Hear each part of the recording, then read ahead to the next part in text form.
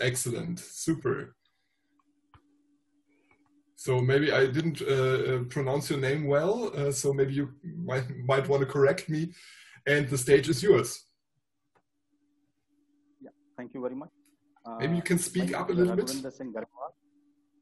Yeah, my name is Raghwinder Singh Grewal. The title of my talk is Optical Magnetometry using Sodium Fluorescence with the Synchronous Modulation of 2 Resonant Light Fields. In the outline of my talk, first I will give some brief introduction about the optical magnetometry. Then I will talk about synchronous optical pumping of atoms. Then I will talk about the motivation behind this work, and then the proposed experimental setup. And then I will discuss some of my result, and then I will summarize my results. So in the atomic magnetometry, we use some kind of atomic medium. Typically, we use alkali atoms such as rubidium, cesium, or sodium. And in the lab experiment, we take the atoms in a vapor cell, and those atoms are unpolarized atoms. So the atomic magnetometry is 3-step process. In first step, we shine a polarized light on the atoms, which align the atoms or polarize the atom. So that we call the generation of alignment or orientation in the atomic medium through optical pumping. So this optical pumping, this alignment or orientation of the medium, that depends on the input light polarization. For example, the linearly polarized light can generate aligned state, whereas circularly polarized light can create oriented state. The next step is to apply a magnetic field which causes the Larmor pulsation of those atoms. And in the final, we probe those atoms either by measuring the rotation or the direct transmission of the light. So any atomic magnetometer has 2 important characteristics. One is sensitivity, and other is a dynamic range. So there are different techniques which have been employed to improve both sensitivity and the dynamic range. The spin exchange free relaxation magnetometer can measure very weak field with this sub-femtotesla sensitivity, whereas the synchronous optical pumping of atoms with modulated light field allow us to measure Earth magnetic field very precisely. So in this work, we are going to use synchronous optical pumping of atoms. So I will give some brief introduction about that. The synchronous optical pumping of atoms was first proposed by Bell and Bloom in 1961. In that experiment, the author, they modulated the light intensity with the frequency omega m. When the frequency omega m matches with the Larmor frequency, that's what we call the synchronous optical pumping of atoms. So in that particular experiment, the light electricity was set to circularly polarized light, and the magnetic field was set perpendicular to the light propagation direction.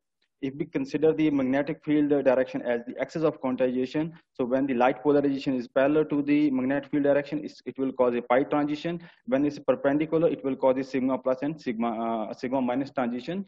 So these sigma plus and sigma minus pi transition will form a lambda system and create a new superposition state, and which we call dark state, which will result the coherent population trapping of atoms. So this lambda system will couple these two sublevels, the ground state sublevels, which give us a resonant condition. Omega m is equal to delta m is equal to omega L. So in our case, the delta m is equal to 1. So we will see a resonance at omega m is equal to omega L. So when we demodulate this signal using a lock-in amplifier, we will see 2 signals of this resonance. One is in phase, and another is a quadrature resonance signal. So these resonances can be used to measure any magnetic field. So this synchronous optical pumping of atoms is being used in very different fields. Our motivation behind this work is the remote sensing of geomagnetic field using backscattered fluorescence from the mesosphere sodium atoms.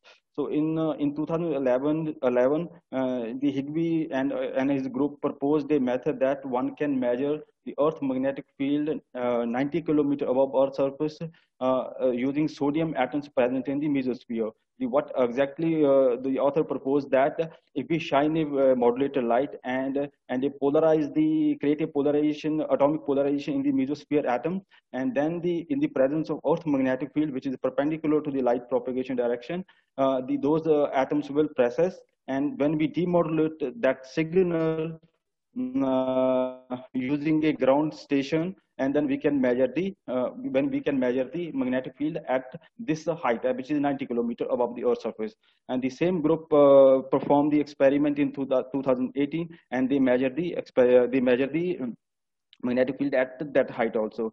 So far the maximum magnetic field sensitivity in the sky experiment is 28 nanotesla, and the bright magnetic resonance is being produced by a single modulator beam, which is resonant to up 2 to 3 transition of a sodium D2 line.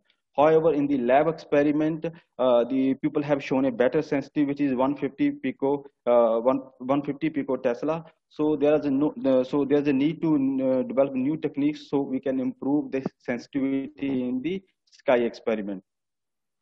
The CPT with 2 resonant continuous laser field is already an existing technique which is widely used in the atomic clocks.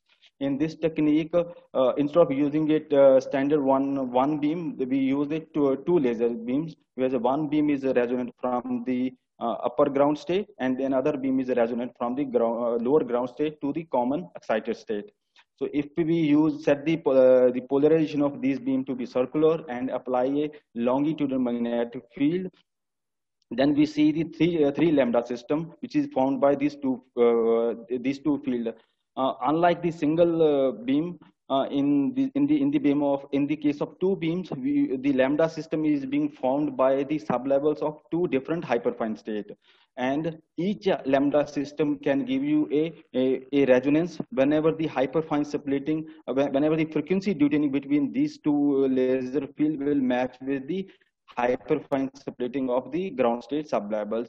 So, for example, in this case, lambda 3 system, where this sublevel is moved up by omega L and this sublevel is moved down by omega L. So we have a resonance condition when the difference detuning between the 2 field is 2 omega L.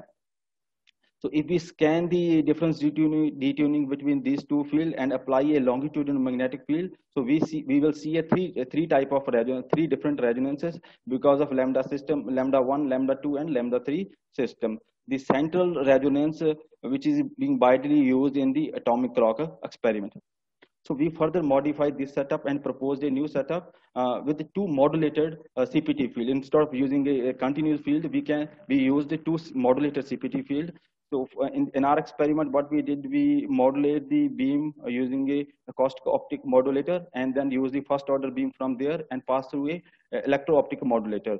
So that gave us a two beams, which is one is the 2 modulated beams, which is one is a resonant from the upper ground state and another is a resonant from the lower ground state to the common excited state. So we call this scheme the synchronous CPT scheme.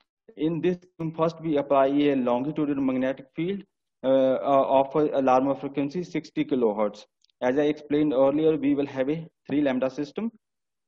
So in this experiment, in this part, when we measure the magnetic field by scanning the modulation frequency, and we have a resonant condition, which is omega m is equal to 2 omega L plus minus delta. So delta is the difference detuning between these 2 laser field. So for example, first we set the delta is equal to 0, and we saw a resonance at the 2 omega L frequency. And once we change this detuning to 10 kilohertz, we saw the splitting in the resonance and we saw the 2 resonances. But the central resonance is missing. Why? Because in case of a single beam, because there is no 2 photon resonance possible with the detuning 10 kilohertz. But for a single beam, this resonance with a single beam with a longitudinal magnetic field, there cannot be any resonance possible. It's a dead zone.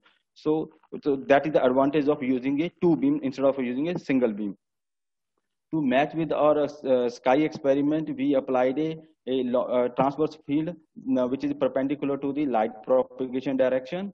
As I explained earlier also, when we have a transverse field, we will have a pi light. So this pi light will allow us to form an additional lambda system, which will give us a new resonance conditions, which is omega L plus minus delta and 3 omega L plus minus delta. So when we scan the modulation frequency in the presence of a transverse magnetic field, we will see the two resonance. One is omega L and 3 omega L resonance. So this 3 omega L resonance is the energy difference between the ground state sublevels. To make any magnetometer, we need two things. One is amplitude of that resonance, and other is a full width half maximum of the resonance. So first we increase our transverse magnetic field to 257 milligauss, which is comparable to the Earth magnetic field, and then we scan the modulation frequency around 180 kilohertz. So this is the resonance which we saw at 50% duty cycle. And the sensitivity of the magnetometer also depends on the light modulation duty cycle. So we measure this full width and peak amplitude as a function of a duty cycle. As you can see that the full width half maxima is continuously linearly decreasing as the duty cycle is lowered, whereas the peak amplitude first increases and get maximum at 35% duty cycle, and then it decreases. And in all these measurements, we kept the light intensity constant, which is peak intensity constant. So if we compare this, our synchronous CPT scheme with a single modulated beam experiment, which is Bell Bloom, so we can see a clearly difference for peak amplitude.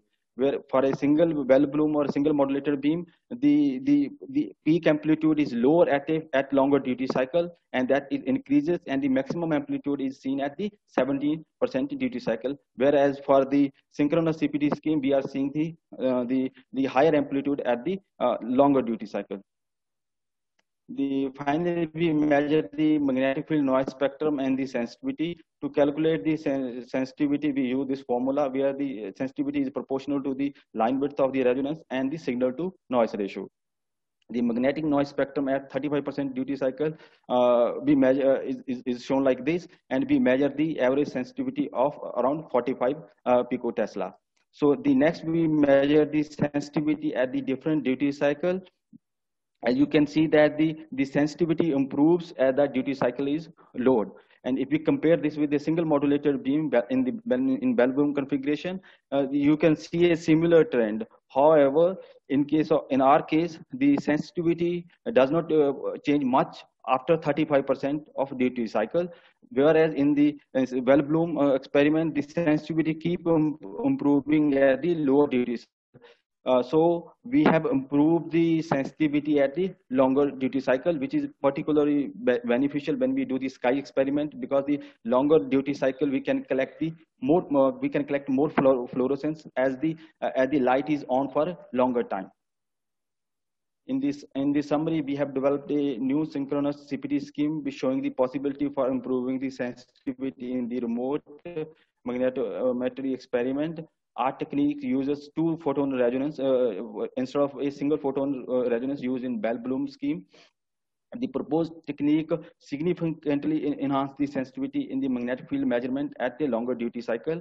We measured the average sensitivity of 45 picotesla at duty cycle 35%, which does not change much for a lower duty cycle. In near future, we are expect to conduct the remote magnetometry experiment employing this technique in sodium D1 line. Thank you very much. Oh, thank you, Raghwinder. Excellent talk. So there are still 130 people kind of clapping virtually for you.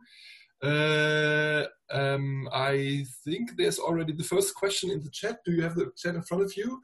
Or should I read it for you? I think you can read. I can't see mine. I think something. Okay, the question is by Dima Budga. And the question is, how can you do remote detection? Remote detection, it is the same technique which is being used by other group like a Budker group also. So only the difference is that they are using in the D2 line, and we will use a D1 line and using two modulator lights, modulator beam instead of using a single modulated beam. Okay. Dimas thanks you for this answer, and Arne Wickenbrock, also from Mainz, asks, how did you run the system as a magnetometer? As there are resonances, side of fringe, or did you modulate something and use a lock-in amplifier? As a magnetometer, what we did, we scanned the modulation frequencies, the standard, the way we scan the modulation frequency using acoustic optic modulator, and then we measure the resonance only the detection part was different. Instead of using a lock-in amplifier, we use the low-pass filter. So that was the difference, and we did not use we didn't have the dispersive signal like where in the lock-in amplifier you get a dispersive signal and you lock that and make a magnetometer. So we didn't do that. Instead of we just do the low-pass filter calculation. Okay. Also from my side, two questions. What was the kind of cell geometry and the cell temperature? So in this experiment, we were using because the sodium has a high melting point, so we were keeping the temperature around 90 degrees Celsius, around 92. 90 the cell was standard, only this is 7 centimeter cell. It's a 7 centimeter cell with 90 degrees C, okay. And in the outlook, so we were doing. Okay, and in the outlook, you said that you want to extend this technique to the D1 line. What would be your reason to use the D1 line? What is the advantage, except of the smaller oscillator strength? The thing is that we can make this coherent population trapping, which people use in CPT clocks. So that people typically use in D1 line. Whereas in D2 line, there is already stronger transition, which is F2 to 3. So, which is the bright resonance, whereas we need a dark resonance. And on the other hand, if you have a dark resonance, you have a higher sensitivity, this photon of because it's that photon dark. You will have a higher what is a dark resonance. You have a less photon fluctuation. So that's why one can use this the D1 line. So the main is just to create a dark state. Instead of using a bright resonance, we want to use a dark resonance. Okay. Good, Raghwinder. Thank you very much for your very interesting presentation. Thank you. And I think, let's say, the entire community thanks you once more for this presentation. The next talk is a...